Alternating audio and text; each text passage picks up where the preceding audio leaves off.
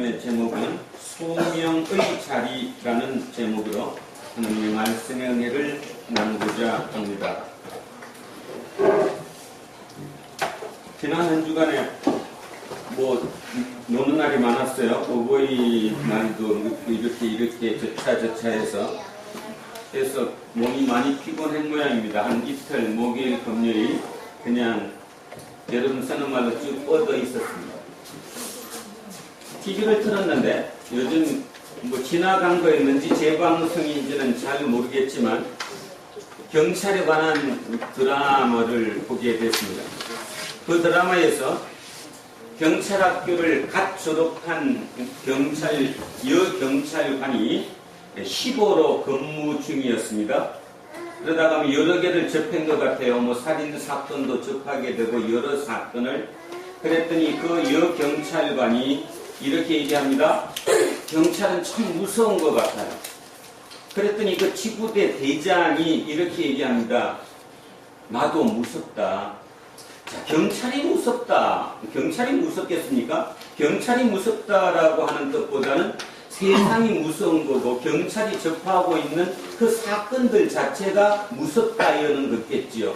그랬더니 그 지구 대장이 그 여경찰관에게 이렇게 얘기합니다. 나도 참 무섭다. 그런데 경찰관이면 무섭더라도 깊숙이 들여다봐야 한다. 너는 어떻게 하겠냐? 그랬더니 여경찰관이 한참 있다가 이렇게 대답합니다. 저도 무섭지만 들여다보겠습니다. 제가 그 문장을 들으면서 우리 얘기를 하는 거구나 들었습니다. 예수쟁이로 산다는 게 참으로 어렵습니다. 어려울 정도가 아니라 무섭기도 합니다. 세상에 나가면 온갖 유혹은 불제치고요. 유혹이야 그냥 넘어가면 되지만 내 가치, 예수의 가치, 그 예수쟁이라는 가치를 지키기 위해서는 참 무섭기도 합니다. 그러나 우리나라는 좀 덜하지만 다른 외국 중에는 예수 믿는다고 태워 죽이는 것도 있고요. 얼마나 무섭겠습니까? 그럼에도 불구하고 저는 오늘 똑같이 여러분에게 말씀드리고 싶습니다. 그 지구대 대장이 15로 근무 중인 갓 출발하는 여경찰에게 나도 무섭다? 무섭지만 우리는 깊숙이 들여봐야 한다. 그게 경찰이다. 저도 똑같이 여러분에게 말씀드리고 싶습니다. 무섭습니다. 그리고 예수의 가치를 지키고 산다는 것은 참으로 어렵습니다. 그럼에도 불구하고 우리는 가치를 지켜야 하고 그 속에서도 우리의 행동을 통해 예수 그리스도를 드러내야 합니다. 그것만이 답입니다. 다른 답은 전혀 아무것도 없습니다. 또 하는 얘기를 에피소드 하나를 더 쓰겠습니다. 제가 이메일을 자주 이렇게 보게 되는 어떤 분이 계십니다. 40대에 굉장히 열심으로 신앙생활을 하시는 분입니다. 칼럼도 쓰시기도 하고요. 그 칼럼을 묶어서 책으로 내기도 하는 아주 열렬한 40대의 크리스찬입니다. 진짜 예수쟁이인 것 같습니다. 그분이 10대의 세 아이들을 데리고 작년 12월 크리스마스 때에 여행한 얘기를 짤막하게 이메일에 보내왔습니다. 제가 잠시만 그분 얘기로 한번 들려드리지요. 40대의 그분은 작년 크리스마스 때 10대의 세 자녀를 데리고 코리아 워 메모리얼, 그러니까 한국 전쟁 기념관이겠죠. 거기에 가서 아이들에게 이렇게 물었다고 합니다. 한국은 미국과 더불어 자본주의를, 북한은 소련과 더불어 공산주의를 위해 서로 싸웠다. 그 싸움은 아직도 끝나지 않았는데 너희는 자본주의, 캐피탈리즘, 자본주의가 좋으냐? 이렇게 물었더니 그 10대의 세 아이들이 그냥 멀쩡하게 멍청히 쳐다보면서 도대체 우리 아빠가 우리에게 뭘 질문하는가 이렇게 넘어갔다는 거죠. 그 이튿날 여행지가 미국의 자랑스러워하는 유네스코 지정 세계문화유산 인디펜던스 홀, 그러니까 독립기념관이에요. 미국의 독립기념관. 자, 거기로 갔습니다. 안내인이 현장감 있게 그 당시, 그 독립전쟁 당시 뭐 그런 얘기를 쭉 해주면서 진정성 있게 얘기를 들었답니다. 아이들이.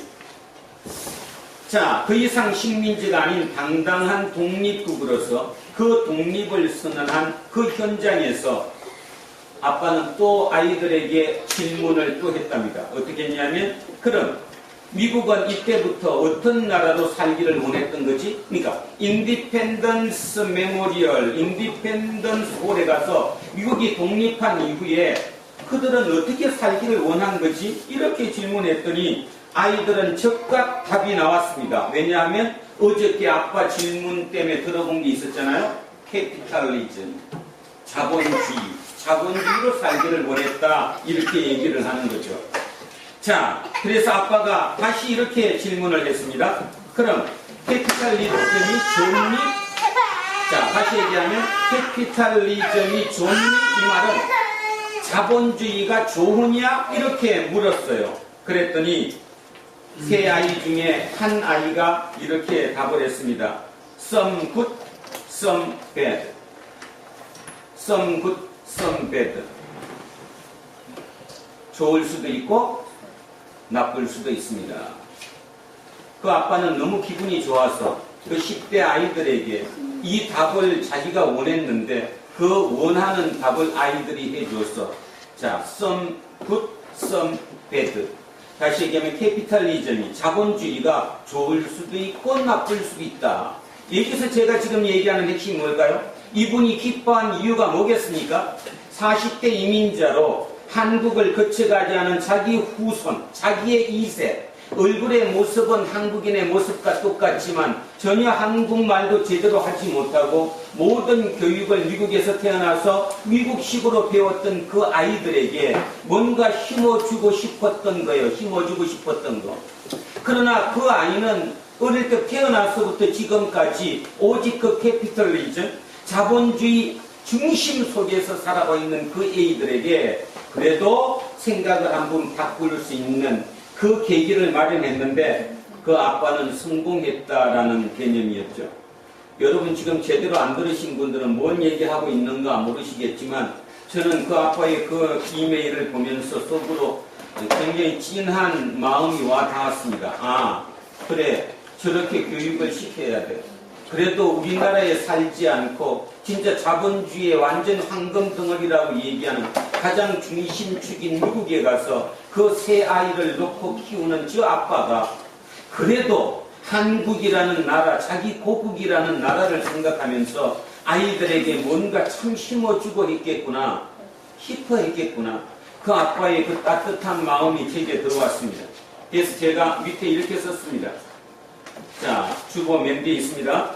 한국은 모국이고 미국은 본국인 아이들. 다시 얘기하면 한국은 모국이에요. 그러나 자기들이 태어난 본국은 미국인 아이들. 냉전을 겪은 부모와 그걸 전혀 모르는 아이들. 여기에 냉전을 겪으신 여러분도 계시지만 이 중에 그 절대다수 3분의 2 이상은 냉전을 제대로 경험하지 못한 분들이죠. 지루한 무한경쟁의 시대에 숙명처럼 내던져진 사람들, 군대의 문제에 직면한 위태로운 자본주의, 천민자본주의라고도 얘기하는, 자본주의의 끝이 왔다고 얘기하는 이 사이에 특별히 우리는 통일 한국을 앞두고 있는 우리는 사회주의, 공산주의에 길들여서 지금까지 살아왔던 그들과 우리 아이들은 어떻게 살아가야 할까? 제 근심이면서 또 다른 희망이기도 합니다. 근심이면서 희망이라고 제가 표현을 했습니다. 우리 아이들 여기 저렇게 기쁘게 떠들고 오늘도 어제도 고민 중에 살아가는 저 젊은 아이들이 결국 합쳐서 더불어서 살아가야 할 그 아이들과 소통되지 않을 가능성도 상당히 높겠지요. 얘들이 이곳에서 자본주의 속에서 태어났던 것처럼 저 북쪽의 그 아이들은 철저하게 사회주의, 공산주의 속에서 태어나서 거기서 교육을 받았기에 그들과 얘들이 통하지 않을 수도 있는 그런 시대를 살아가지 않겠습니까? 그래서 그들에게 이 답이 됐으면 좋겠다는 얘기로 제가 말씀드린 겁니다. 뭐라고요? Some good, some bad. Some good, some bad. 자본주의가 some good, some bad. 마찬가지 공산주의도 some good, some bad일 수 있다는 사실. 이 마음을 열지 못하면 아주 심각해질 것이라는 거지요. 자, 그러면서 제가 오늘 신앙적인 얘기로 우리의 삶을 다시 한번 생각해 보고자 합니다. 어제 결혼식이 있어서 진짜 실로 오랜만에 가만히 해봤더니 한 35년 만인 것 같아요. 35년 만에 제가 직접 차를 끌고 수유리에 한신대학교를 갔었습니다. 제 중학교 때 소풍 갔던 장소였거든요. 84번 종점 파계산. 그죠? 수유리. 깜깜했어요. 어릴 때 기억은 있지만, 중학교 시절의 기억은 있지만, 지금 그 오랜 시절 동안 제가 차를 끌고 그 길을 한 번도 가본 적이 없었기 때문에 한신대학교 채플실을 어떻게 찾을까? 그래서 고민하다가 저는 제가 내비게이션을 안 쓰잖아요. 안 쓰는 이유는 여러 가지가 있는데 그 쓰는 게 별로 저한테 뭐 그렇게 재미가 없어서 저는 이렇게 새로운 거를 딴 길로 가는 거를 참 좋아해서 내비게이션을 안 씁니다. 근데 어제는 비도 오고 시간 내에 가야 되고 그래서 제가 제 휴대폰에다가 한빈이 보고 뭐야 그게? 카카오 내비. 카카오 내비를 해서 찍어서 갔습니다. 비는 막 쏟아지고 있죠. 가라는 데도 찾아가다가 보니까 야, 정신 하나도 없더만요. 그거 듣느라고. 그 바퀴 뭐든지도 모르고 그냥 거기 어디 가시면 몇 미터 뒤에 이것밖에 안 들리니까. 자, 그렇게는 갔는데 어쨌든 참 상당히 빨리 그 길을 도착했습니다. 도착하고 나니까 옆모습은 있더만 그래도 그 수유리 꼴짜기까지 빠른 시간 내에 도착했습니다. 자, 다음을 들어보십시오. 다 예식이 끝나고 식사도 끝내고 돌아오는 길이었습니다. 우리 외숙모님이 송파에서 좀 내려달라고 해서 송파 중학교를 제가 내비게이션에 찍고 이제 다시 왔습니다. 그랬더니 북부간선도로를 탔는데요. 뭐 이렇게 오더라고 하여튼 그러더니 군자교 지나서 어디쯤인가 해서 이상한 쪽으로 가라는 그 느낌이 들었어요. 그래서 내 생각에 왜냐하면 그 길은 내 길 아닙니까? 성남의 잠실이 맨날 똑같은 길이니까. 그러니까 제 경험치를 더 믿은 거죠. 거기서 가라고 하는 것이 아니라 이거 되게 웃긴다. 바로 잠실대교를 지나면 바로 끝나는데 송파인데 왜 저렇게 돌아서 가라고 하지? 왜 올림픽 대로를 타고 뒤로 뺑 돌아고 할까? 그래서 제가 그거를 무시하고 꺼버렸어요. 그리고 잠실대교를 건넜습니다. 그랬더니 끄기 전에 또 한 번 얘기합니다. 경로를 이탈했습니다. 다시 한번 새로운 경로를 설정합니다. 그리고 또 가르쳐주는 게 잠실대교를 완전히 건너서 직진이 아니고 직진하면 바로 오는 거잖아요. 성남을. 근데 옆으로 올림픽대로의 어딘가로 세라고 이렇게 또 나오는 거예요. 야, 되게 웃긴다. 이건 안 맞는다. 그래서 제가 안 맞는다 갑시다. 그리고는 딱 잠실대교를 넘어서 그 잠실 사거리 앞에 서 있었는데 한 10분쯤 서 있었던 것 같아요. 차가 안 움직여요. 차가 전혀 움직이질 않는 거예요.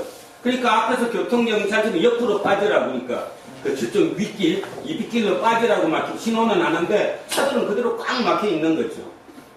또 제가 가만히 있겠습니까? 저는 가만히 있는 걸 못 참으니까 빼라니까 가자. 옆으로 샜어요. 그랬더니 완전히 이게 올 마비에요. 거기 새로 생긴 롯데월드인가 이게? 그 100몇 층. 뭐 완전히 주변이 마비에 비는 그렇게 많이 쏟아지는데 그 길을 뺑뺑뺑뺑 한 30분, 20분 이상 돌았던 것 같아요. 차가 막혀 있으니까. 그리고 다시 나왔는데요. 봤더니 옛날 롯데월드 앞쪽 거기 사거리에 딱 섰는데 거기에 데모꾼이 어저께 뭐더라? 드루킹 뭐 특검 수사해야 된다고 완전히 그 사거리 가운데를 막고 경찰과 에워싸고 시위 중이더라고요. 그러니까 차가 무조건 못 움직인 거 아닙니까? 그래서 제가 오면서 어저께 회개했습니다. 뭐를 회개했을까요? 자, 얘기를 한번 들어보십시오. 제가 가는 길은 너무나 오래된 길이었고, 제가 그 길을 다니지는 지가 오래됐고 차를 끌고 가지 않았었기 때문에 저는 절대로 밖을 쳐다보지 않고 오직 내비게이션이 인도하는 대로 순종하며 믿고 따라갔습니다. 그랬더니 거기 잘 갔어요. 밖은 아무것도 못 봤지만. 오를 때는 뭐를 믿은 거죠? 제가 제 경험치를 믿은 겁니다. 경험치를. 이거 지나면 잠실이고 잠실대교 건너면 바로인데 왜 이게 내비게이션이 그렇게 했을까? 왜 그런지는 저도 모르겠습니다. 내비게이션을 안 써봤으니까. 내비게이션이 그 상황을, 그러니까 거기가 지금 뭐 중이니까 시위 중이라서 교통이 지금 완전히 마비되어 있다는 걸 알고 그렇게 했는지 안 했는지는 모르겠지만 제가 느끼면서 이게 믿음이다. 갔을 때는요, 제가 거기 수유리를 갈 때는요, 제 경험치를 완전히 놨습니다. 오직 내비게이션이 인도하는 대로 순종하며 따라갔어요. 그랬더니까 갔죠? 올 때는 이제 폼 잡은 거죠. 제 경험치를 믿었어요. 그랬더니 막혔다는 것입니다. 믿음이 무엇입니까? 여러분, 믿음이 무엇입니까? 그래서 어저께 제가 하나님이 참 기가 막히게 나를 훈련시키고 깨우치게 해줬구나. 그죠? 여러분, 믿음이 무엇입니까? 믿음은 피스토스입니다. 피스토스. P-I-S-T-O-S. 피스토스. 피스토스 하면 또 이해가 안 가죠? 피스톤 하면 이해가 갑니다. 태원아, 피스톤이 뭐지? 피스톤? 피스톤. 운전할 때 피스톤 그렇게 움직이는 거지? 피스톤이 쉬면 차는 멈춰버리죠? 피스톤은 우리 심장의 박동을 움직이듯이 계속 이게 움직여야 그 에너지로 차가 작동하는 거 아닙니까? 믿음은 피스토스입니다. 피스토스는 피스톤에서 아우러져 나온 단어입니다. 그래서 제가 우리의 믿음이 형편없다. 뭐 형편없을 정도가 아니라 믿음이 가짜다. 갈 때는 진짜였는데 올 때는 가짜였다. 맞습니까? 맞습니까? 진짜로 우리가 하나님을 믿는다, 하나님을 피스토스한다, 그러면 진짜 피스톤이 심장 박동을 치듯이 우리는 전적으로 그 하나님을 의지해야 하는데, 내가 하나님이 인도하는 대로 따라가다가 내 뜻하고 조금 틀리면, 아니면 내 경험치하고 틀리면 그거를 놓습니다. 아니라는 거죠. 하나님 이거 아니에요. 말도 되는, 넘으면 잠실대교인데 무슨 하나님 이렇게 합니까? 한다는 거죠. 그리고 우리는 믿음이 좋다고 얘기한다는 거예요. 그래서 어떻게 참 깨우친 게 많습니다. 믿음은 결국은 가난한 자, 진짜 곤경에 처한 자, 다른 거 있으면 절대로 가지 못하고 전적으로 의지할 수 있을 때, 그때 우리는 믿음을 가질 수 있는 거구나. 그런데 그 믿음을 온전히만 가질 수 있으면 세상 참 편하겠구나. 편하죠. 저도 갈등 안 느꼈습니다. 제 기존 지식이 경험이 없었다면 잠실대교 건널 때 이 내비게이션이 인도를 잘못하는데 그런 생각도 안 했을 것이고 그냥 따랐을 것이라는 거죠. 그런데 제 경험과 그저 제 경험치, 제 믿는 믿음이 하나님의 인도하심을 막았다는 사실입니다. 그런데요, 저 어저께 밤새 묵상하면서 그 생각을 했습니다. 그러면 우리의 믿음이 어떻게 믿음이 성장할까? 아니면 어떻게 믿음이 더 굳건해질까? 그러면서 제가 오늘 본문에처럼 바울을 생각해 봤습니다. 바울이 그 믿음을 가질 수 있었던 건 무엇이었을까?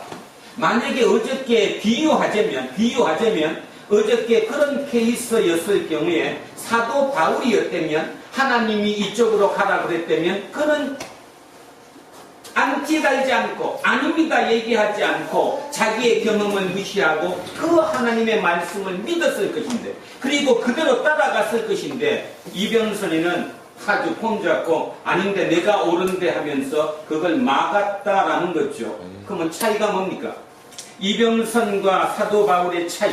사도 바울은 믿음이 성숙해 있고 진짜 믿음의 사람이었고, 이병선은 목사가 되어서 11년 차에 접어들었으면서도 아직도 하나님을 제대로 믿지 못한다는 거죠. 제대로 믿지 못할 뿐더러 일부만 믿을 뿐, 많은 경우 비율로 따져서 6원 안 믿고 4는 믿지 않는가, 우리 반문해 보셔야 한다는 것입니다. 여러분 스스로 반문해 보셔야 된다는 겁니다. 자, 그러면 지금부터 사도 바울이 된 게 어떻게 그게 가능했을까? 그는 지식적으로도 뛰어났고 경험치로도 아주 뛰어났던 그에게도 불구하고 뭐라고 얘기했죠? 그분은 내가 세상에 알고 있는 모든 지식은 뭘로 여긴다고요? 배설물로 여긴다고. 그 표현을 어떻게 할 수 있었을까? 그 표현을 어떻게 그게 가능했을까? 그거는 여러분 경험치가 반복되고 축적되면서 그 믿음이 됐다는 거예요. 반복되고 축적되면서. 그러면 우리는 그러면 반복되고 축적되지 않았을까? 아니요. 우리도 반복되고 축적되었습니다. 우리도 반복되고 축적되었었는데 단지 차이는 뭐냐면 우리는 축적을 안 믿어요. 뭔 말이냐면 원망만 해. 이 내비게이션이 미쳤나봐. 이걸 왜 이리로 해줘? 일로 가야지. 왜 일로 가라고 그래? 안 믿었던 거죠. 그리고 혹시 뭔가가 엇갈리면 뭐라고 속으로 생각하느냐 하면 하나님이 나를 버리셨나봐. 아니면 악령이 나를 저거 했나봐. 이렇게 생각하지 않았을까요? 제가 어저께 진짜 깊이 반성을 많이 했는데, 만약에 우리가 통상적인 믿음이었다면 그 잠실 사거리 앞에서 20분 이상을 꼼짝달싹도 못하고 서 있는 그 가운데에서 뭐라고 기도했을까요? 예수 이름으로 명하노니 뚫릴지어다. 아마 그게 우리 믿음 아니었을까요? 실제로 하나님의 뜻은 뭐였냐 하면 저보고, 야, 너가 틀렸어. 네 경험으로는 그게 맞아질지 몰라도 나는 더 높은 데서 너를 보고 있는데, 더 높은 데서 내가 너를 보는데 너 지금 글로 가면 안 돼. 그 뜻이었는데도 불구하고 나는 내 경험치로 그렇게 안 믿었다는 겁니다. 그리고 소나무 붙들고 얘기하는 거예요. 소나무까지 붙들고, 하나님 이거 빨리 헤쳐가게 해주세요. 이거 싹 피하게 해주세요. 나 이거 뚫고 가야 되거든요. 그거를 좋은 믿음이라고 생각한 우리였다는 거죠. 이거 깊이 생각하셔야 합니다. 깊이. 그러니 그 소나무 뿌리를 붙잡고 그지 예수 이름으로 차는 물러갈지어다 한 그 기도가 하나님의 기도가 될 수 있을 리가 없지요. 그 기도는 모든 신들의 기도입니다. 모든 신들의 기도. 위아래에 있는 장군 보살님의 기도도 그 기도고, 그죠? 어디 저 설악산에 무슨 찌악산 무슨 보살의 기도도 그 기도고, 어디 스님의 절의 스님의 기도도 그 기도도 똑같아요. 하나님의 뜻을 깨우친다는 거, 그게 어렵다는 것입니다. 그래서 오늘 다시 한번 여러분에게 부탁드리고 싶습니다. 우리의 믿음을 한 번 더 다시 생각해보자. 진짜 사도 바울을 지금 우리가 쫓아가고 있는데 사도 바울의 조금이라도 한번 건적이라도 해보자. 그랬다면 우리는 이 믿음이 축적되는 동안만큼이라도 내 삶은 풍부해질 뿐더러 아주 풍성해질 거다. 그리고 스트레스 받지 않을 거다. 웬만한 것은 다 하나님을 전적으로 믿으니까. 이게 바로 전적인 믿음이라는 거죠. 사도 바울은 경험했습니다. 그래서 제가 어제 사도 바울을 한번 입장 바꿔서 역지사주로 한번 생각해 봤습니다. 자, 똑똑한 아버지인지는 모르겠지만 어쨌든 아버지가 똑똑하셨겠죠. 돈을 버셨던 아니면 군인이었던 로마 힘인권을 얻었던 아버지니까 그 아버지는 굉장히 적극적인 아버지였음에 틀림없습니다. 그래서 그 아버지 어머니는 자기가 예루살렘이 아닌 다소라고는 이방 지역에 살면서도 바리새인의 모든 역할과 모든 법도를 다 지키면서 바리새인으로 살았습니다. 자기 아들 하나만큼은 진짜 바리새인으로 성공시키기 위해서 그 먼 길을 걸어 보내서 예루살렘에 유학을 시켰고요. 최고의 가문 가말리엘 문화에서 공부를 배웠던 사도 바울입니다. 그리고 굉장히 사도 바울 또한 적극적이고 진취적이었습니다. 20대 사도 바울이 나도 뭔가를 이루겠다. 적어도 내 동기들보다는 내가 앞서 나가겠다는 그 욕심, 우리가 통상 얘기하는 인간적인 본성의 그 욕심으로 위대한 일을 해보고자 예수쟁이를 잡아다가 죽이는 그 잡는 일에 몰입했습니다. 그랬던 그가 돌변을 하게 되었죠. 그리고 돌변을 해서 하나님을 만났습니다. 예수 그리스도를 다시 만났습니다. 그 만난 이후에 그 삶은 여러분이 너무나 많이 들어서 당연히 잘 아시고 계시는 거죠. 그런데도 그 뜻대로 살 수 없었습니다. 그랬으니 그는 거기서도 순종했죠. 내비게이션이 일로 가지 말래 떠가지고 자기 고향에 돌아가서 13년을 집거했습니다. 13년, 30대, 40대의 13년, 그 황금 같은 기간을 그렇게 똑똑한 그 사도 바울이 자기 고향에 고향 사람들의 손가락질을 받으며 집에서 집거했을 때 무엇을 했을까요? 아마 끊임없이 질문하고 답했을 것입니다. 질문. 그만 두시고 질문하십시오, 마음으로. 여러분 마음속에 뭐가 생기면 하나님, 이거 왜 이렇습니까? 날 깨닫게 해주십시오. 그러다 보면 하나님은 여러분을 깨닫게 해주실 것입니다. 그것이 신앙의 성장입니다. 성장. 자, 사도 바울은 13년간이라는 그 오랜 세월 동안 끊임없이 질문을 했을 것이고 그 질문에 대한 답을 얻었을 것입니다. 여러분, 그 답의 결론이 뭐였어요? 그 답의 결론, 사도 바울이 13년을 그 눈총 받으며 주변에 손가락질 받으며 너같이 젊고 똑똑한 놈이 왜 집에 와서 이러고 있냐고 그 얘기를 들으며 30대 40대 초반에 그 황금 기간을 그 집거했을 그 마음속에 얼마나 고생이 심했겠어요. 얼마나 많은 질문이 있었겠어요. 하나님, 왜 나를 이렇게 두십니까? 아직도 나를 못 믿으십니까? 아니면 하나님, 진짜 하나님이 계십니까? 자, 얼마나 많은 질문을 던졌겠습니까? 그 질문에 아마 어마어마한 많은 답을 얻었을 거고요.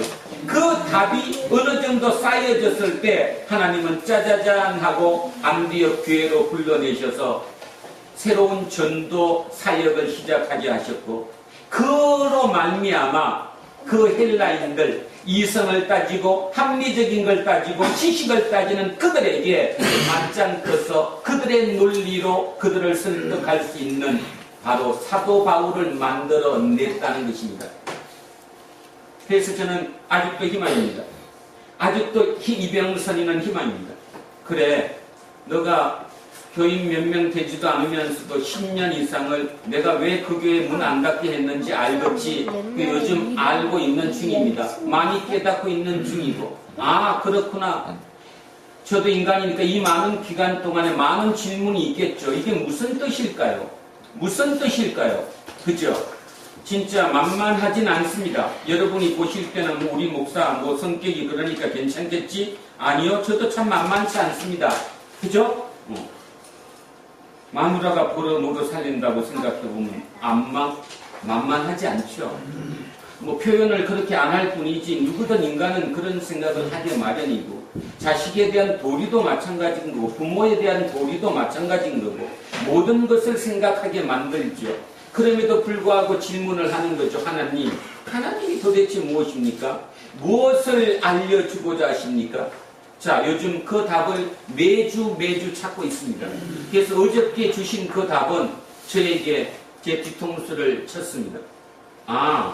왜 내가 내비게이션을 나중에 알고 보니까 안 믿은 거죠. 그러나 그것이 축적되면, 다시 얘기하면 사도 바울도 질문하고 막 그 갈등 속에서 하나가 해결되면, 또 거기에 또 하나가 해결되면 그 해결된 기간이 13년 기간이었다는 거예요. 그 13년 기간 동안에 그가 얼마나 많은 하나님과의 교제와 하나님에 대한 답을 알았겠습니까? 그러니 그는 그 이후의 모든 삶을 보면 알죠. 빌립보서 4장 23절 한번 읽어보시기 바랍니다. 전요셉 빌립보서 4장 23절 한번 읽어보세요.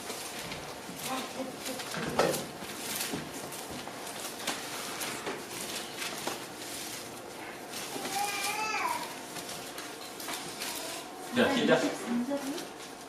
빌립보서 그럼 잘 잘못됐나? 4장 13절 아니에요? 아, 4장 13절. 13절. 맞아요. 13절 한번 전요셉 시작. 내게 능력 주시는 자 안에서 내가 모든 것을 할 수 있느니라. 그 다음. 그러나 너희가 내 괴로움과 함께 참여하였으니 잘하였도다. 아, 그 12, 13절을 읽어야 되겠다. 그지? 자, 12, 13절을 읽으면 되겠네요. 자, 12절, 13절. 다시 전요셉 한번 읽어주세요. 12절, 13절. 나는 비천에 처할 줄도 알고 풍부에 처할 줄도 알아. 모든 일, 곧 배부름과 배고픔과 풍부와 궁핍에도 처할 줄 아는 일체의 비결을 배운 거라. 내게 능력 주시는 자 안에서 내가 모든 것을 할 수 있느니라. 자, 사도 바울이 배운 거 13년 동안, 아니 그 위에 실주로 가면서 실제로 그 전도 여행을 통해서 그 모든 경험이 축적된 내 모든 것을 내려놓을 수밖에 없었던, 내비게이션을 절대로 신뢰할 수밖에 없었던 내 경험과 지식이 틀렸다는 그것이 갈 때까지 그 결론의 답이 그거죠. 풍부에 처할 줄도 알고 어떤 경우든, 어떤 나쁜 경우든, 아무리 좋은 경우든, 어느 경우든 간에 그 가운데서 나는 다 그것을 받아들일 수 있었다. 피스토스 할 수 있었다. 어떤 경우든 그 과정이 하나님의 뜻 가운데 있다는 걸 알게 되었다. 이걸 깨달았던 거잖아요. 그러니 그가 행복하지 않을 이유가 아무것도 없죠. 행복하지 않을 이유가 없다는 것입니다. 여러분, 지난 한 주간 행복하셨나요? 행복하지 않으셨다면 다시 한번 생각해 보시기 바랍니다. 여러분이 지난 한 주간에 여러분이 처했던 모든 상황은 하나님이 허락하신 것이었고 예수 그리스도가 함께 하신 소명의 자리였다는 것을. 자, 그래서 오늘 설교 제목 소명의 자리입니다. 부르심을 받은 자리. 소명, 한문으로 소명, 우리 걸로 바꾸면 부르심을 받은 자리. 여러분 모두는, 저와 여러분 모두는 부르심을 받은 사람들이에요. 부르심을 받은 사람들은 그 어떤 경우에 처하든 간에 거기서 가장 좋은 길로 우리를 인도해 준다는 것이지요. 그런데 우리가 그걸 믿음이 없어서 못 받아들이는 거죠. 내 경험치로 내가 작년에 그랬을 때 그거 아니었거든? 이렇게 얘기한다 이 말입니다. 잠실대교 가면 송파 나오거든? 똑같이 그 얘기를 하고 있다는 것입니다. 거기서는 그렇게 안 하는데도 바로 그 중에 우리는 갈등이 느껴지는 거죠. 이거 왜 이래? 왜 내 인생이 이래? 그래서 절망과 좌절과 불만투성이에 살아가게 되는 거죠. 근데 그거를 받아들일 수만 있다면 그 모든 상황은 진짜 로마서 8장 28절처럼 부르심을 입은 모든 자에게는 모든 것이 합력하여 무엇으로? 선으로 온전히 이루어질 수 있다는 것을 믿는 것, 그것이 믿음입니다. 자, 그렇게만 생각하고 나면 여러분 삶 어느 하나도 버릴 것이 하나도 없다는 거죠. 어떤 경우도 버릴 것이 없다는 것입니다.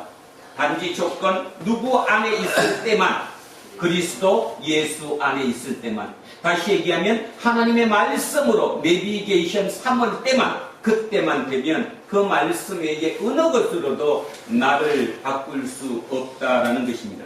자, 그 생각을 하시면서 오늘의 본문 하나님이 주신 말씀을 다시 한번 살펴보겠습니다. 자, 지금 우리 어디까지 왔었냐 하면요, 사도 바울이 빌립보에 갔습니다. 거기서 누구를 만났죠? 누구 만났어요?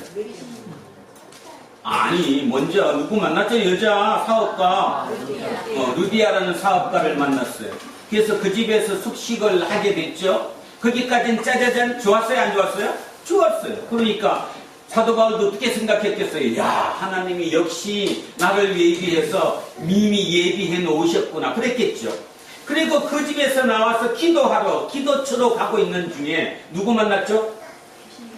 귀신 들린 여자, 처녀 보살을 만났죠. 처녀 점쟁이 보살을 만났어요. 그랬더니 그 처녀 점쟁이가 앞에 다니면서 뭐라고 그래요? 지극히 높으신? 지극히 높으신 하나님의 아들이라고는 안 했고 하나님의 종이라고도 안 했을 텐데 뭐라고 그랬지? 나도 오늘 헷갈리네. 지극히 높은 하나님의 종으로서 구원의 길을 그 하나님의 종이라고 그랬네, 그죠? 지극히 높으신 하나님의 종이라고. 그래서 우리들의 구원을 위해서 오신 분이라고 이렇게 막 했어요. 그러면 어제 지난주 우리 그거 했죠? 그랬으면 기뻐해야 될 일 아닙니까? 나를 위해서 대신 대변을 해주는 건데. 근데 뭐가 문제였다고 했어요? 지극히 높으신 하나님의 종이라고 했을 때 지극히 높으신 이 하나님 뭐라고 했죠 그게? 그들이 느낀 그 표현은 우리랑 똑같지 않기 때문에 뭐로 느낀다? 제우스 신으로 느꼈다. 그러니까 바울 입장에서는 제우스를 전해야 돼요? 예수 그리스도를 전해야 돼요? 예수 그리스도를. 그래서 그들을 누구의 이름으로 쫓아냈죠? 예수 그리스도의 이름으로 쫓아냈다. 그랬더니 그 점쟁이로 밥 먹고 살고 있던 그 사업주 주인들이 어떻게 해서 이 사람들을 잡아들인 거죠 지금? 그래서 아고라에 끌고 가가지고 자 여기 나왔어요. 상관들 앞에 아고라에 가서 그 행정관 관리들 앞에 데리고 가서 말하되 이 사람들이 유대인인데 우리의 성을 심히 요란케 한다. 로마 사람인 우리가 받지도 못하고 행하지도 못할 풍속을 전한다. 이게 뭡니까? 로마 사람들인 우리가 받지도 못하고 행하지도 못할 풍속을 사도 바울 일행들이 하고 있다는 거예요. 뭐죠 그게? 예? 아니죠. 뭐 복음이야. 뭐 당연히 복음. 예수 그리스도겠다. 말인데 그거는 뭐죠? 우리 지난주도 했는데. 음행을 금하고. 음행? 우리 지난주에도 우리 이번 주 둘째 주 아닙니까? 지난주 우리 했어요 안 했어요? 성찬. 무슨 시? 성찬. 그게 왜 문제가 되죠? 예수의 몸과 예수의 피를 먹는다. 이 풍속은 큰일 나는 거 아니에요 지금? 다시 얘기하면 그들이 전하는 게 예수 그리스도를 전하는데 우리는 그 예수께 예배를 드릴 때 예수 그리스도의 몸과 예수 그리스도의 피를 마시는 거예요. 그러니까 그들이 봤을 때 이 사람은 누구에게 식인종 아닙니까? 식인종. 밖에서 들을 때 따지면 자 이걸 걸고 넘어진 것입니다. 그래서 로마 사람인 우리가 받지도 못하고 행하지도 못할 풍속을 그들이 전한다. 그랬더니 무리가 일제 일어났어. 당연하죠. 식인종 왔구나. 우리 아들 혹시 가다가 잡혀먹으면 어떡해. 여러분 옛날 얘기 하나 제가 제2의 옛날 얘기 한번 해볼게요. 제 초등학교 다닐 때 시골에서 한 오리길을 걸어서 학교를 다녔잖아요. 학교 담임 선생님이 우리 얘기해줬어요. 그 보리철 이맘때쯤 되면 그 뭐지 문둥이 나병 환자들이 옛날에 길거리 다니면 잡아먹는다고. 여러분 그런 거 못 듣고 컸나? 그랬는데 그죠? 그래서 잡아먹히니까 조심하고 여러 뭉쳐갖고 댕기라고. 그리고 보이면 뭐 도망가라고. 그러고 컸어요 실제로 풍속이. 그러니까 나병 환자가 동네를 못 들어왔죠 그죠? 들어오면 난리가 나니까.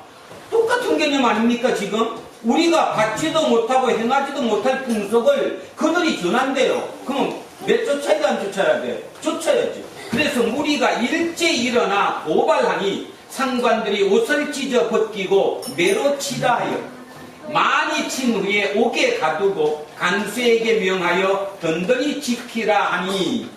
자 오후였겠죠. 오후 이제 밤이 돼가니까 계속 두드려 팰 수는 없고 자 옥에 가두어 놓고 뭐 하라고요? 단단히 지키라고. 자 넘깁니다. 24절.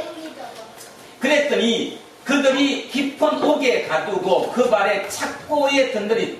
이게 뭡니까? 족쇄. 발에 족쇄를 채웠다는 거죠. 도망 못 가게. 이렇게 해놓은 상태입니다. 어저께 제2의 문제가 아니었겠죠 그죠?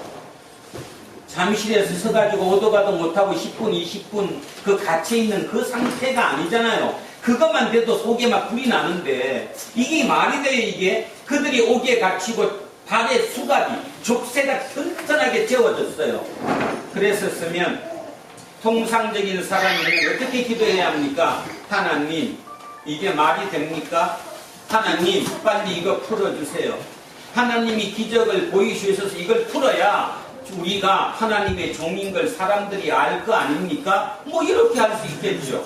쉽게 말해서 불평에 불만에 절망의 기도를 드려야 되는데 여기 보십시오. 한밤중에, 여기 한밤중은 밤 12시입니다.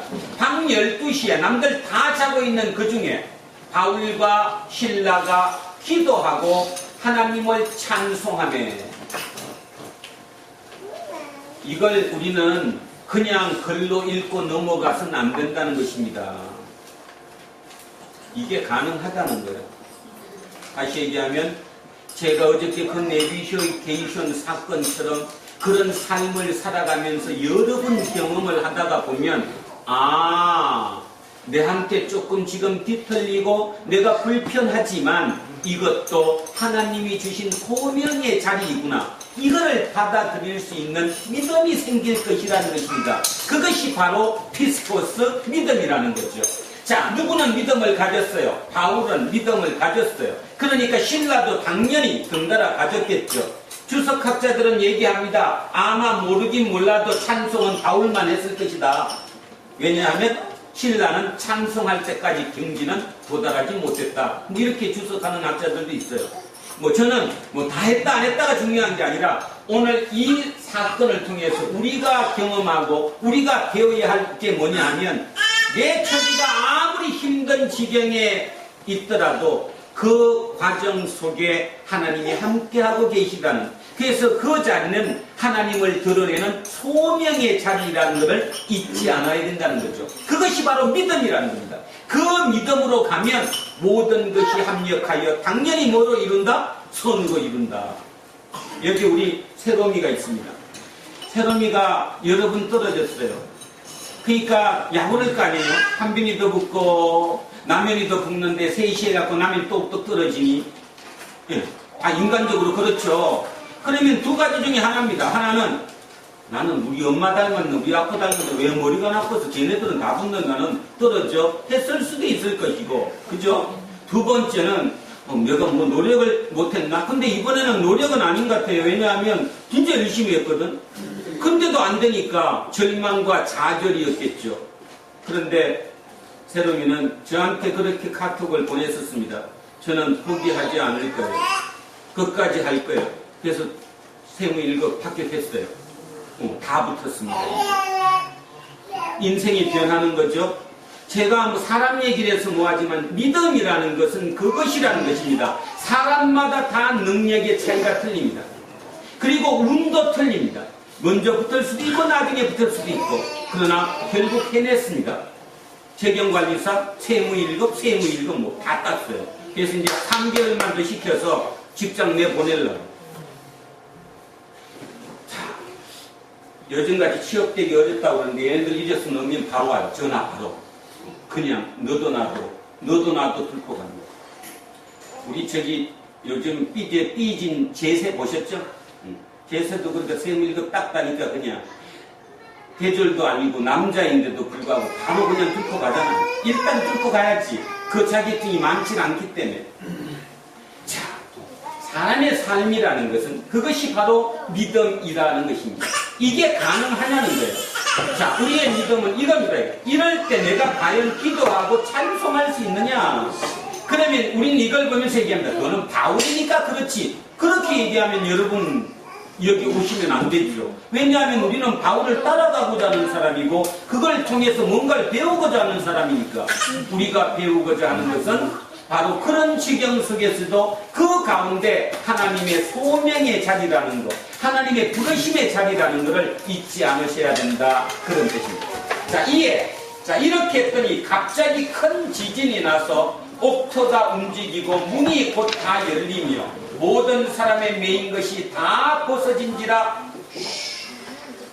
간수가 자다가 깨어 옥문들이 열린 것을 보고 제수들이 도망간 줄 생각하고 칼을 빼어 자결하려 하거늘. 자, 앞에 지진이 났다. 그런데 너무 신경 쓰지 마십시오. 그거는 그 당시 2000년 전에 이걸 기록하는 누가가 그 역사적인 사건을 어떤 식으로 표현해야 될까, 그 시대 사람들이 알아들을 수 있는 용어로 그냥 풀이했다. 이 정도로 이해하시면 돼요. 어쨌든 중요한 것은 초이성적인 사건이 나서 달에 묶어놨던 족쇄가 풀렸다는 거고 잠긴 옥문이 열렸다는 것입니다. 자, 그게 열렸어요. 그러니까 간수가, 그걸 지키는 간수가 자다가 봤더니 그 문이 열렸어요. 바람이 왔다 갔다 하는 거예요. 큰일 났구나. 아, 도망갔구나. 그러면 나는 뭐 당한다? 사형 당한다. 근데 그냥 죽는 게 아니라 아마 엄청난 고문을 당하고 나는 죽을 거다. 그럴 바에야 내 손으로 죽는 게 낫지 않을까? 칼을 떼어 자결하려 하거늘 바울이 크게 소리질러 이르되 내 금을 상하게 하지 말라. 다시 얘기하면 자결하지 말라. 우리가 다 여기 있노라 하니. 자, 여기서 쇼크가 하나 나왔어요. 아니, 하나님께 기도를 했어요. 어떻게 기도했을까요? 모르겠지만 사도 바울 입장에서는 하나님, 이 자리도 하나님의 소명의 자리인 줄 믿습니다. 아마 그렇게 기도했겠죠. 하나님의 역사가 여기서 드러나기를 바랍니다. 우리 가운데서, 우리의 모습에서 하나님이 드러나기를 바랍니다. 아마 이렇게 기도했을 것입니다. 우리의 생각으로 하면 이렇게 기도했을 것 같죠. 하나님, 빨리 이거 수감 열어주세요. 이 족쇄 풀려야지. 그리고 우리가 가야지. 그래야 사람들이 우리를 보고 하나님이 함께 하심을 알 거 아닙니까? 이렇게 생각했을 것 같지만 저는 아니라고 생각합니다. 만약에 그들이 그런 기도를 했었다면 어떻게 돼야 돼요? 여기서 이렇게 나왔다면 도망가야 돼, 안 가야 돼요? 문도 열렸겠다. 이것도 풀렸겠다. 그냥 나가면 되는 거지. 하나님이 나를 살려주셨구나 하고 나가면 되는데 이들은 안 나갔잖아요. 안 나가고 그대로 간 여기에. 바울이 크게 소리질러 이르되 내 몸을 상하게 하지 말라. 우리가 다 여기 있다. 우리 도망 안 갔다. 우리 지금 그대로 지금 앉아 있다. 간수는 그 순간 어떤 경험을 했을까요? 진짜 신을 봤을 것입니다. 그 순간에 간수의 내비게이션은 이들이었어요. 어떻게 인간이 저럴 수 있지?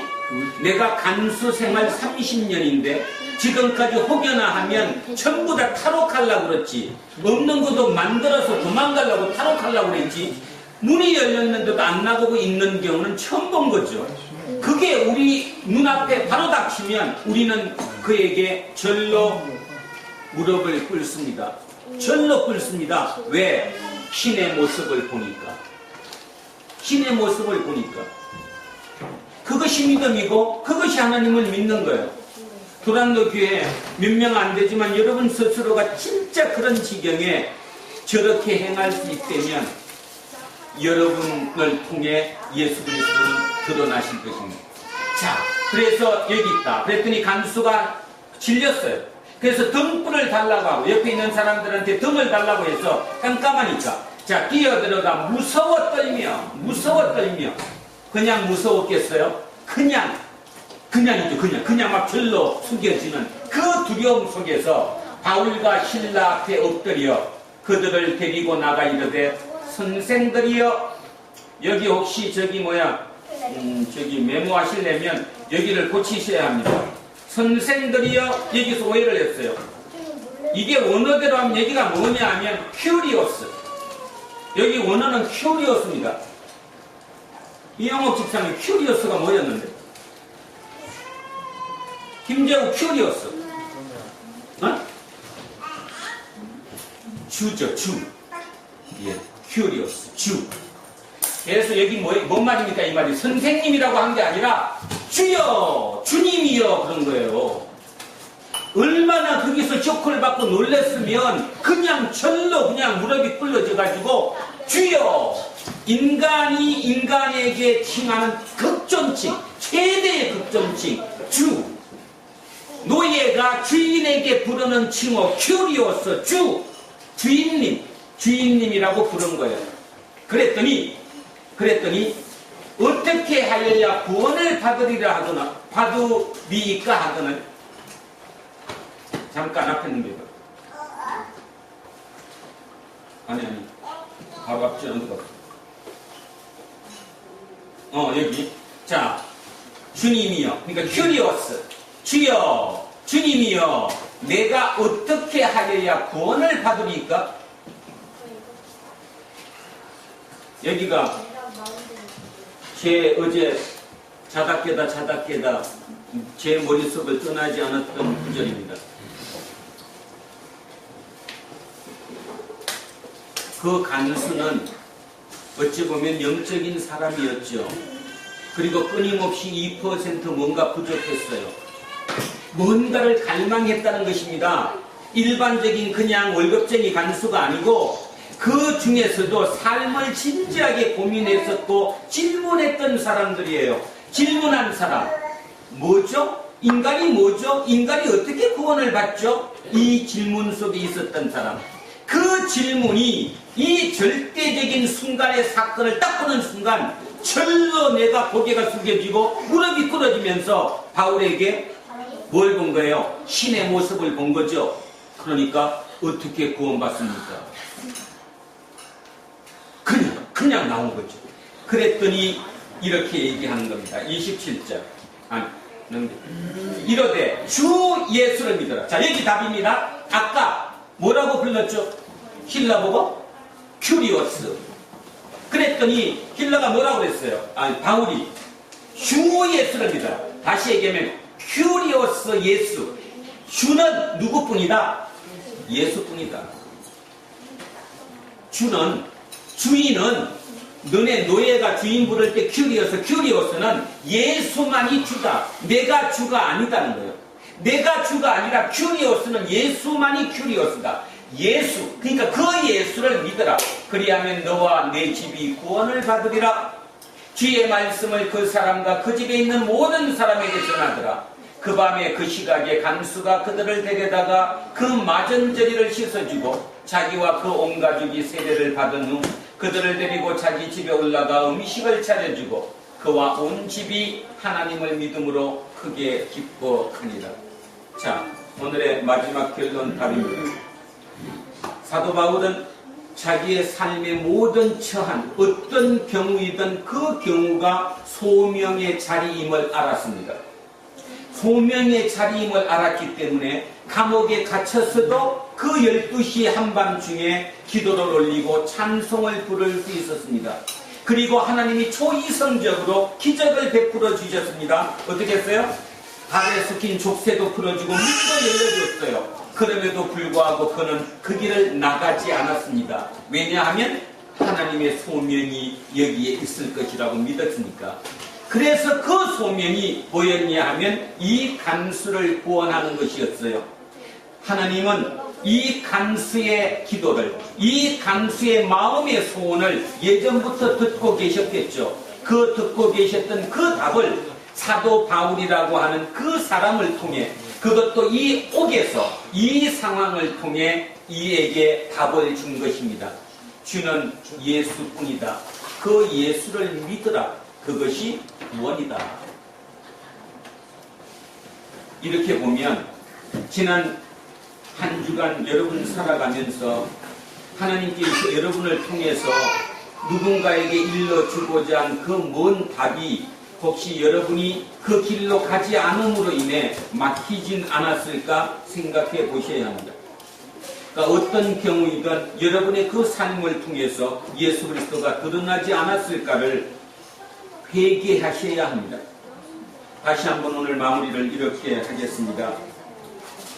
열심으로 세상을 살았고 세상적인 본능과 욕구에 충만해서 살았던 사도 바울이 그 오랜 기간 동안 하나님께 질문했고 그 질문에 답을 받는 13년의 아주 큰 고통의 시간 속에 그는 하나님께 대해서 어느 누구보다 많은 답을 알고 있었습니다.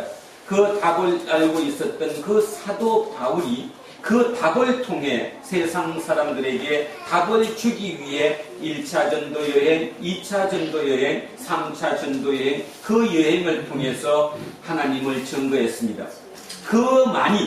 그가 전한 그 종교만이 2000년을 살아 오늘 여기까지 흘러와서 오늘 두란노 교회 우리들에게 말씀하고 계십니다. 당신들이 살고 있는 당신들이 처하고 있는 어떤 상황이든 그 상황은 하나님이 허락하신 자리이고 그 상황 속에는 하나님이 너와 함께하고 계신다. 이유는 뭐냐 하면 너를 통해 나를 드러내기 위해서라는 것. 그것이 바로 소명의 자리라는 것. 이 믿음만 가진다면 우리는 전혀 불쾌해하지도 않을 것이고 불편해하지도 않을 것이고 머릿속에 스트레스도 받지 않을 것이라는 거죠. 어떤 상황 속에 처해 있건 그 모든 상황이 하나님 속에 소명의 자리임을 잊지 않는 저와 여러분 되시기를 주의 이름으로 축원합니다. 기도하겠습니다. 살아계신 아버지 하나님, 너도 나도 예수를 믿는다고 자처합니다. 그래서 예수를 믿어서 나는 이렇게 복받았다고 얘기합니다. 그리고 그 화려함을 뽐냅니다. 그 찬란함을 자랑합니다. 그 편리함과 안락함으로 얼굴에 흔한 미소를 띠며 살아갑니다. 그러나 우리는 그렇지 못합니다. 삶이 너무 벅차서 육체적으로 너무 힘들어서 너무나 고통 속에서도 날마다 그 찡그린 얼굴로 주름진 얼굴로 불평의 생각으로 우리는 살아가고 있습니다. 오늘 다시 한번 주님의 말씀을 쓰립니다. 그 갈릴리 힘든 그 빈민들에게 예수님께서는 첫 설교를 이렇게 하십니다.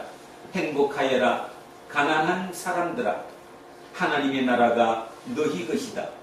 오늘도 우리 속에 이 하나님의 첫 메시지가 우리의 가슴 속에 깊이 새겨질 수 있는 시간 되게 하옵소서. 그러나 또한 간구합니다. 우리의 의지로만은 이것이 새겨지지 않음을 우리는 압니다.